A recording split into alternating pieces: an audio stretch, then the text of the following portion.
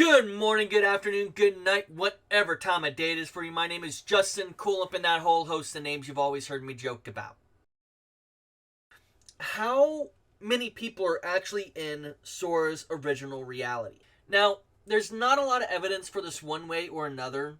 And a lot of this has to do with outside of the power of the limitation of some of the game systems. Like if we take a look at Birth by Sleep and the ball, which you hear people but you don't see any. Same thing for Olympus's Colosseum.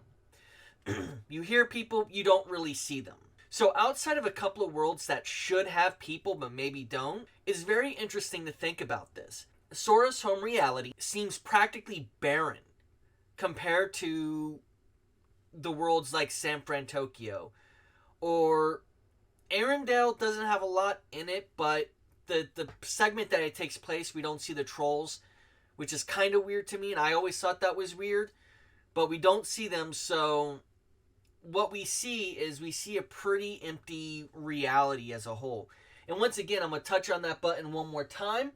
This could simply be a limitation of the game. Now, I mention this because Quadratum, the way that Strelitzia describes it, she describes it as a world full of light. And we need to start making kind of a strict comparison between the different realities. Now, mind you, this is kind of the multifaceted reality thing going on. Or it could be light side of Kingdom Hearts blessed with magic and the dark side not blessed with magic. It could be something like that. And the reason why this can matter is, I've mentioned in other videos, they could have had their own Keyblade War. They could have had an Age of Fairy Tales. And all of this has happened way after. When we first hear about Quadratum from Strelitzia, we hear that it is full of life. And we never really hear that about Sora's native reality. We don't hear about how populated places are. We assume it is because we see houses and lots of houses and things like that.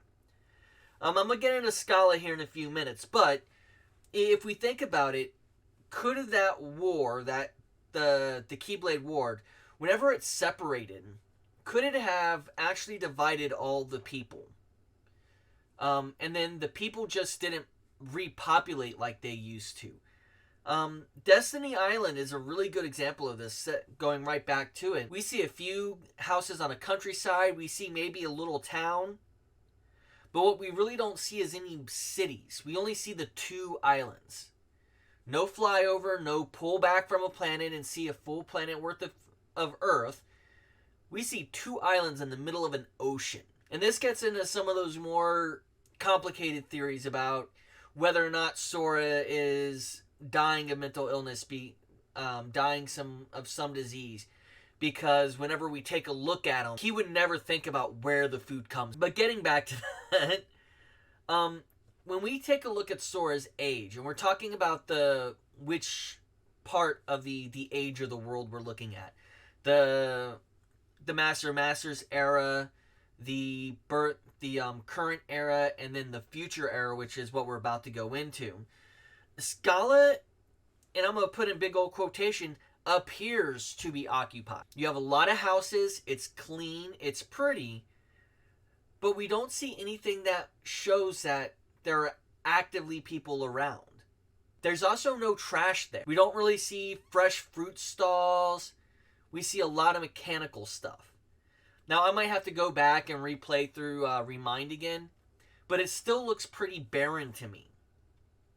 Outside of the Heartless attacking, Scala should still have Keyblade wielders, because this is the Scala inside of Xehanort's mind, and those people existed inside of Xehanort. Sorry, not his mind, his heart. Xehanort, when we're talking about Scala, mindlessly wraps those realities around and just crumples things into different shapes, and it's like, okay, well, most definitely we have something going on here.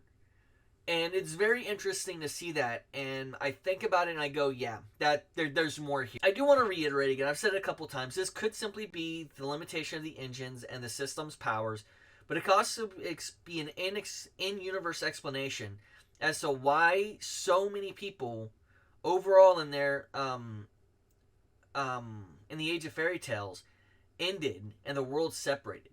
This doesn't include any collateral damage directly from the Keyblade War at the time, but there could have been more damage afterwards.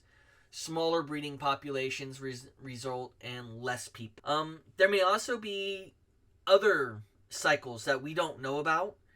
And I've said it before, back when Kingdom Hearts 3 was first coming out, about how we don't know how many Keyblade Wars there have been, and that is a big deal whenever we take a look at. But with that said, this is another one of those really short theories that doesn't require or need a lot of explanation. I just think maybe his reality is very empty compared to somewhere like Quadratum, because Quadratum actually looks full of life. We see people actively on the streets, and I'm not just talking about anything else. I'm talking about like the cutscenes we see people. Even in San Fran, Tokyo, we didn't see that many people disappear and reappear after the fights. We just saw a few. So there's a lot there to take a look at and to analyze and to really sink your teeth into. With that said, I want to say check out the playlist below. You'll find all of my Kingdom Hearts 4 speculation and theory videos. If you want to do the YouTube thing, like, follow, subscribe. This is YouTube. Subscribe, like, subscribe, and comment. Yeah, that's the phrase there. I'm professional. But good morning, good afternoon, good night, whatever time of day it is for you, and may joy be to every last one of you.